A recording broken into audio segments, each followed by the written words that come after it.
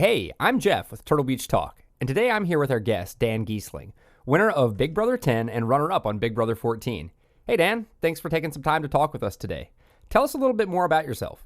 Thanks so much for having me. I really appreciate that introduction because most people know me as a reality TV jabroni. I've been cast on the CBS reality TV show Big Brother 2 times. And the first time I played the game, I was able to win it. And the second time I played the game this past summer, I was fortunate enough to get second place.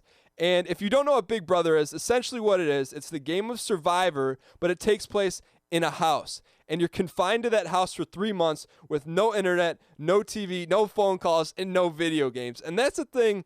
When you talk about reality TV game shows, I always approach it like a video game, except you're not fighting enemies and NPCs. You're having to win challenges and having to deal with other types of people and create alliances, but I always approach it as a game, and I just had a lot of fun with it, and I've been fortunate enough to have some success with it. So outside of reality TV, I also am an individual coach. I coach people one-on-one. I'm an author. I've written a few books. And I really enjoy interacting with the online community I'm fortunate enough to be a part of. So, Dan, in addition to being a reality show contestant / winner, a teacher, a coach, and an author, you're also an avid gamer, right? What are some of your favorite games right now? Yeah, Jeff, I'm a huge gamer, and for me it started when I was really young. When I was 3 years old, my dad brought home the original Nintendo when it first came out. And my father also worked in computers, so I grew up around an Atari ST and some really early stage personal computers. I'm talking about back in the day when there was a turbo button on the outside of the PC case and it said 10 megahertz, and then you hit the turbo button, then it said 25 megahertz. So to date myself, I've been playing PC and console games since way back in the day, and I think that's where my first love started.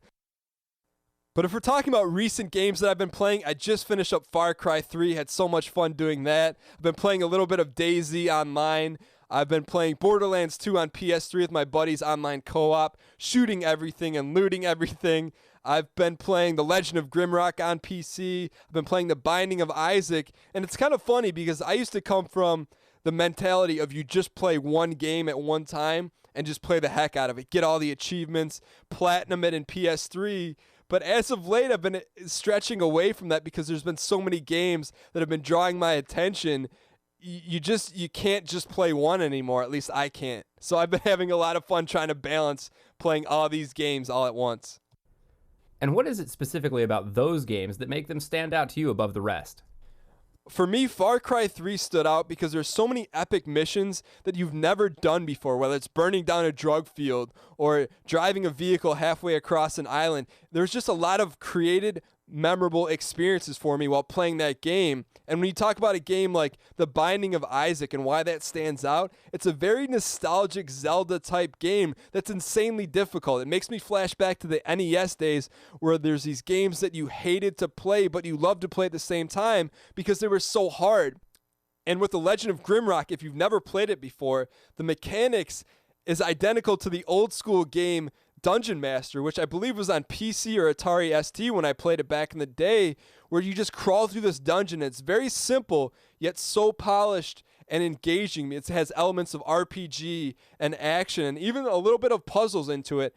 And it's just another nostalgic type game that's been done so well for the modern age. I'm having so much fun playing it. I don't have enough time to play all the games that I want to. You also do a lot of community live streaming too, don't you? What's that like? What games do you stream the most? Yeah, I really love streaming games on Twitch, and thanks to my buddy Marcus Graham, some of you guys may know him as DJ Wheat, he's the one that really turned me on to Twitch. He had watched Big Brother, we had connected, and he's like, Dan, I know you're a gamer. Why don't you start trying out streaming some games on Twitch and see what happens? So I started playing Minecraft and then The Binding of Isaac on Twitch and live streaming it. And all of a sudden, this community started to form around the channel and became a lot of fun to play these games while interacting with the community. You get to know people that are regular watchers of the stream. There's all sorts of inside jokes, and it kind of takes gaming to a new level of interaction and fun when you're able to share that experience with a lot of people. I stream a lot of different types of games, but personally I've had the most fun streaming games that have some sort of stop to the action in them. So like a game like The Binding of Isaac, you can clear off a level and then there's no immediate threats to you in the game. There's no more monsters, so it allows for a higher level of interaction with the people watching the stream. which is the whole fun of having a stream, is being able to interact with the community and have fun together while experiencing all sorts of different games. And that's what it's all about for me, is just, it's a different gaming experience when you're able to interact with a community that all share the same gaming passion as you. And the other thing that's been a lot of fun about streaming is the fact I've resurrected a few old school Nintendo games and played them on the stream, like Mega Man and Castlevania. And recently, I just played Castlevania on the stream, and it took me 5 hours to beat. So if anyone listening to this interview has ever beat the original Castlevania for NES, my hat's off to you, because that game is incredibly difficult. The last boss in Dracula. I mean, I got trolled so many times against that last boss, it's not even funny, but the game is still fun to this day. Looking forward, are there any upcoming games that you're really excited to play?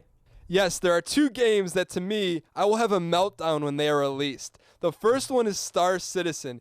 You know, Chris Roberts, who is the legendary creator of Wing Commander, launched this Kickstarter about creating this game called Star Citizen, which is essentially Wing Commander in space. You get to fly your own spaceship, dogfight it out, and I'm just hoping it takes like EVE Online but makes it an action space sim that you can actually experience, and I can't wait for that to come out. I check out the website every single day and I'm obsessed with it, but it doesn't come out for like a year and a half. So when that game is released, you know, I may hole up for a month and play it.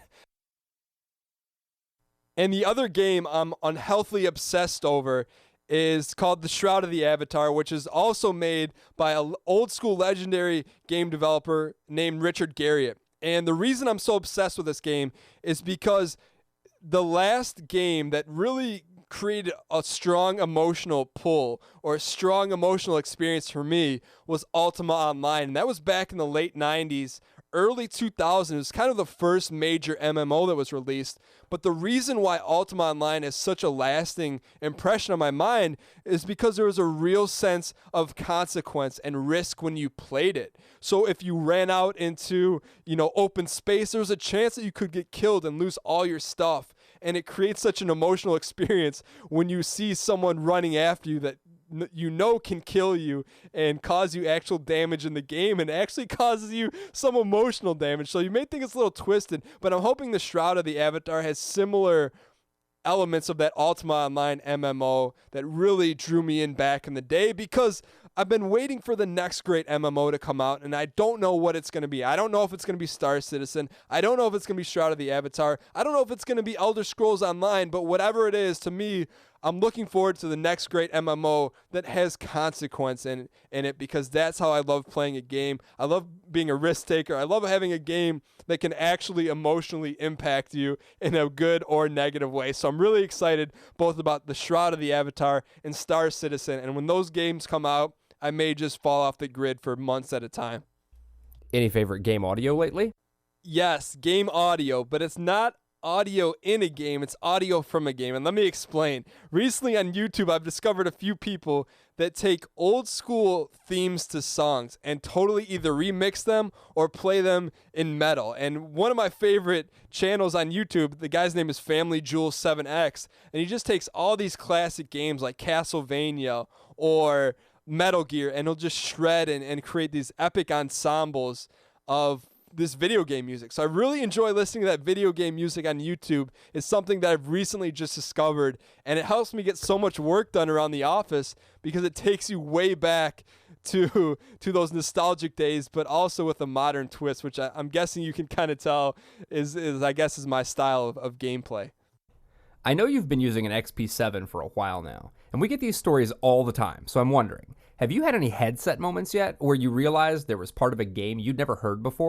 Yes, right now I'm obsessed with these XP7s, but I got to take a step back and let you know how I used to experience games. I used to play PC games with the standard PC speakers or even some earbuds, so that's the environment I'm coming from. And then when I got my Turtle Beach XP7s and I put them on, things started getting weird. Now, let me explain. I was playing Far Cry 3, and I played Far Cry 3 with both earbuds and with the XP7s. And there were some missions in Far Cry 3 where you'd have to hunt boars, and I could never find them. So I get to this mission where I'm hunting boars. I'm trying to collect, the boars to build a wallet or something like that. And I have the XP7s on. And all of a sudden, out of my back left corner, I hear this boar snorting. And I'm playing the game, and I literally stop playing the game and look behind me because I have a dog. And I don't know if my dog's getting angry at me or something. I thought it really took me out of the game.